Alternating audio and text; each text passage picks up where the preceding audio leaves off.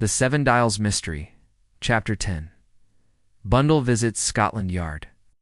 Now it may be said at once that in the foregoing conversation each one of the three participants had, as it were, held something in reserve. That nobody tells everything is a very true motto. It may be questioned, for instance, if Lorraine Wade was perfectly sincere in her account of the motives which had led her to seek out Jimmy Thesiger. In the same way, Jimmy Thesiger himself had various ideas and plans connected with the forthcoming party at George Lomax's, which he had no intention of revealing to, say, Bundle. And Bundle herself had a fully fledged plan which she proposed to put into immediate execution, and which she had said nothing whatever about. On leaving Jimmy Thesiger's rooms, she drove to Scotland Yard, where she asked to see Superintendent Battle. Superintendent Battle was rather a big man. He worked almost entirely on cases of a delicate political nature. On such a case he had come to Chimneys 4 years ago, and Bundle was frankly trading on his remembering this fact. After a short delay, she was taken along several corridors and into the superintendent's private room. Battle was a stolid-looking man with a wooden face. He looked supremely unintelligent and more like a commissionaire than a detective. He was standing by the window when she entered, gazing in an expressionless manner at some sparrows. "Good afternoon, Lady Eileen," he said. "Sit down, won't you?" "Thank you," said Bundle. "I was afraid you mightn't remember me." "Always remember people," said Battle, he added. "Got two in my job, oh," said Bundle, rather damped. "And what can I do for you?" inquired the superintendent. Bundle came straight to the point. "I've always heard that you people at Scotland Yard have lists of all secret societies and things like that are formed in London. Try to keep up to date," said Superintendent Battle cautiously. "I suppose a great many of them aren't really dangerous." "We've got a very good rule to go by," said Battle.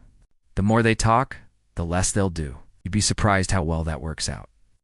"And I've heard that very often you let them go on," Battle nodded. "That's so. Why should a man call himself a brother of liberty and meet twice a week in a cellar and talk about rivers of blood? It won't hurt either him or us. And if there is trouble any time, we know where to lay our hands on him." "But sometimes, I suppose," said Bundle slowly, "a society may be more dangerous than anyone imagines." "It's very unlikely," said Battle. "But it might happen," persisted Bundle. "Oh, it might," admitted the superintendent. There was a moment or two's silence. Then Bundle said quietly, "Superintendent Battle, could you give me a list of secret societies that have their headquarters in Seven Dials?" It was Superintendent Battle's boast that he had never been seen to display emotion. But Bundle could have sworn that just for a moment his eyelids flickered, and he looked taken aback. Only for a moment, however. He was his usual wooden self, as he said, "Strictly speaking, Lady Eileen, there's no such place as Seven Dials nowadays. No, most of it is pulled down and rebuilt. It was rather a low quarter once, but it's very respectable and high class nowadays. Not at all a romantic spot to poke about in for mysterious secret societies." "Oh," said Bundle, rather nonplussed. "But all the same, I should very much like to know what put that neighborhood into your head, Lady Eileen. Have I got to tell you?" "Well, it saves trouble, doesn't it? We know where we are, so to speak." Bundle hesitated for a minute.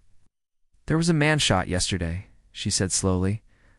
"I thought I had run over him, Mr. Ronald Devereux. You know about it, of course. Why has there been nothing in the papers? Do you really want to know that, Lady Eileen?" "Yes, please." "Well, we just thought we should like to have a clear 24 hours, see? It will be in the papers tomorrow." "Oh," Bundle studied him, puzzled. What was hidden behind that immovable face? Did he regard the shooting of Ronald Devereux as an ordinary crime or as an extraordinary one? "He mentioned Seven Dials when he was dying," said Bundle slowly. "Thank you," said Battle. "I'll make a note of that." He wrote a few words on the blotting pad in front of him. Bundle started on another tack. "Mr. Lomax, I understand, came to see you yesterday about a threatening letter he had had." "He did." "And that was written from Seven Dials?" "One, it had Seven Dials written at the top of it, I believe." Bundle felt as though she was battering hopelessly on a locked door. "If you'll let me advise you, Lady Eileen, I know what you're going to say. I should go home and, well, think no more about these matters. Leave it to you, in fact." "Well," said Superintendent Battle, "after all, we are the professionals, and I'm only an amateur." "Yes, but you forget one thing. I mayn't have your knowledge and skill, but I have one advantage over you. I can work in the dark." She thought that the superintendent seemed a little taken aback, as though the force of her words struck home. Of course, said Bundle, if you won't give me a list of secret societies. Oh, I never said that. You shall have a list of the whole lot. He went to the door, put his head through, and called out something, then came back to his chair. Bundle, rather unreasonably, felt baffled. The ease with which he acceded to her request seemed to her suspicious. He was looking at her now in a placid fashion. Do you remember the death of Mr. Gerald Wade? She asked abruptly.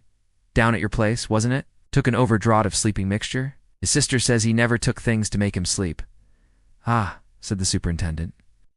You'd be surprised what a lot of things there are that sisters don't know. Bundle again felt baffled. She sat in silence till a man came in with a typewritten sheet of paper, which he handed to the superintendent.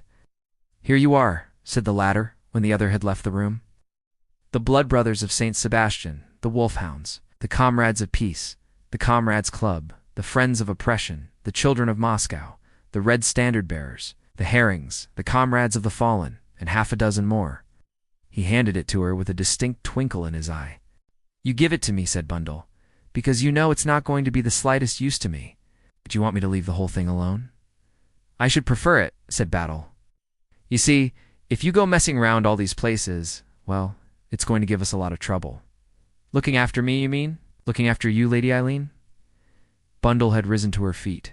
Now she stood undecided. So far the honors lay with Superintendent Battle. Then she remembered one slight incident, and she based the last appeal upon it. I said just now that an amateur could do some things which a professional couldn't. You didn't contradict me. It's because you're an honest man, Superintendent Battle. It knew I was right. Go on, said Battle quietly. At Chimneys you let me help. Won't you let me help now? Battle seemed to be turning the thing over in his mind. Emboldened by his silence, Bundle continued. You know pretty well what I'm like, Superintendent Battle. I butt into things. I'm a nosy Parker. I do want to get in your way, or to try, and do things that you're redoing and can do a great deal better.